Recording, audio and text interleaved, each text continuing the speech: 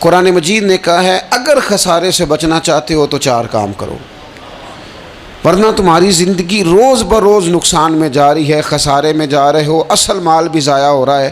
یہ 4 باتیں اگر تم اپنے اندر پیدا کرنے میں کامیاب ہو گئے تو تم خسارے سے بچ گئے۔ کون کون سی؟ الا الذین آمنوا، ایمان لاؤ، پختہ ایمان، یقین کامل کی دولت، یؤمنون بالغیب، غیب پر ایمان، طاقتور قسم کا ایمان، ایسا ایمان کہ جو انسان کو اتنا پختہ کر دے کہ اس کے لیے نیکی کے راستے پہ چلنا آسان ہو جائے اور بدی سے خود بخود اس کی طبیعت و چاٹ ہونے لگے۔ پختہ ایمان ہو، مضبوط، وعاملوا الصالحات، اور پختہ ایمان کے بعد پھر اعمال صالحہ سے اپنے آپ کو آراستہ کرو۔ تمہاری زبان سچ بولے، تمہاری آنکھیں شرم و حیا والی ہوں، تمہارا وجود جب بھی قبول کرے رزق حلال ہی کو قبول کرے، سوچیں ستھری ہوں، نظریات پاکیزہ ہوں، طبیعت خیر خائی والی ہو، کسی کے لیے اچھے جذبات رکھتے ہو،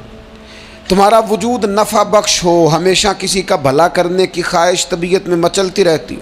اعمال صالحہ سے اپنے آپ کو آراستہ کرو، صوم و صلات کی پابندی ہو، نماز کا خیال ہو، نماز کے قیام کا خیال ہو، ظاہری باطنی آداب کے ساتھ اللہ کے حضور عبادت کے لیے حاضر ہونا تمہارا جذبہ ہو۔ ایمان اور اعمال صالحہ، یہ 2 خوبیاں، وَتَوَاصَوْا بِالْحَقِّ، پھر ایک دوسرے کو نا حق کی تاکید بھی کرو، نیرا بیٹھ نہیں جانا نیک اعمال کر کے۔ حق نے کی ہیں تیرے ذمے دوہری ذمہ داریاں، خود تڑپنا بھی ہے، اوروں کو تڑپانا بھی ہے۔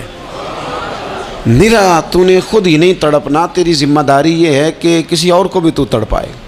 وَتَوَاصَوْا بِالْحَقِّ، تاکید حق کرنی۔ ہمارے اندر نا ایک بہت بڑا مسئلہ ہے، 2 حکم ہے شریعت کے، ایک ہے امر بالمعروف، ایک ہے نہی عن المنکر، نیکی کا حکم دینا اور برائی سے منع کرنا۔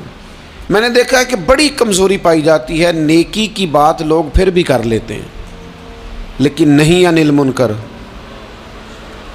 کسی بندے کو برائی سے روکنا، منع کرنا، طبیعت ہوتی ہے گڈ بک میں رہنے کی، مزاج ہوتا ہے سب کی آنکھوں کا تارا بننے کا۔ اپنے گھر کے اندر بھی اتنی جرت کا مظاہرہ نہیں کرتے کہ غلط کو غلط کہہ سکیں، حق بات کی تائید کر سکیں، طاقت ہی نہیں ہوتی۔ ایسی عجیب سیاست سکھا دی گئی ہے کہ ہر شخص ایک عجیب رنگ میں اپنی زندگی بتانا چاہتا ہے۔ قرآن مجید کہتا ہے خسارے میں چلے جاؤ گے اگر کلمہ حق تمہاری زبان پر نہیں آتا، اگر کلمۃ الحق ادا کرنے کی تمہارے اندر طاقت نہیں ہے تو تم نے ضائع کر دیا سارا وقت، حاصل کیا کیا؟ کہیں اگر اپنی برادری، اپنا قبیلہ، اپنا خاندان کسی موقع پر غلط ہے اور سامنے کوئی قبیلہ ٹھیک ہے تو آپ تائید کریں سامنے والوں، آپ کے اندر یہ اخلاقی جرت ہونی چاہیے کہ غلط کو غلط کہہ سکیں اور صحیح کو صحیح کہہ سکیں۔ نبی اکرم علیہ السلام نے فرمایا تم میں سے جو برائی دیکھے وہ چاہیے اسے کہ وہ ہاتھ سے بدل دے، مظاہرہ کرے جرت کا کہ میں نہیں ہونے دوں گا، اور فرمایا اتنی طاقت نہ ہو تو زبان سے ہی کہہ دے، اعلان کرے برائی کے خلاف، اور فرمایا یہ بھی نہ کر سکے تو دل میں ہی برا جان لے، ذالک اضعف الایمان، یہ کمزور ایمان کی علامت ہے۔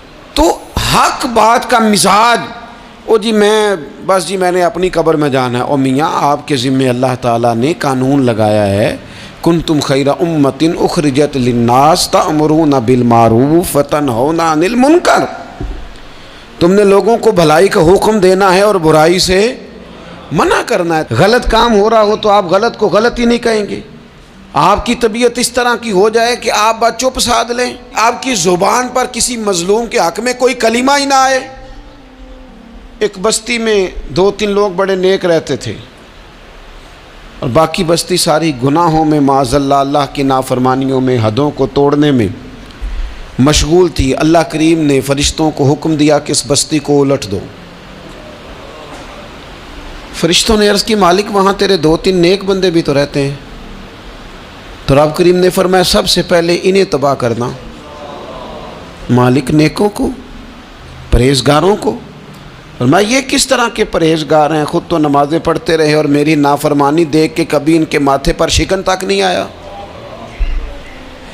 کبھی ان کی طبیعت پر بوجھ نہیں بنا کہ لوگ دین کی حدیں توڑ رہے ہیں میں کم از کم زبان سے ہی کہہ دوں، نہ کبھی سوچا ہی نہیں کہ شریعت اسلامیہ کو سر عام پامال کیا جا رہا ہے اور کوئی کلمہ ان کی زبان سے ادا نہیں ہوا۔ پہلے ان لوگوں کو تباہ کرنا خود تڑپنا بھی ہے، اوروں کو تڑپانا بھی ہے، اپنی زندگی میں حق کہنے کا مزاج پیدا کریں، کسی کو روکیں کہ میاں یہاں تو غلط ہے۔ ہم سے لوگ مشورہ لینے آتے ہیں، ہم ہاں میں ہاں ملا کے گزر جاتے ہیں۔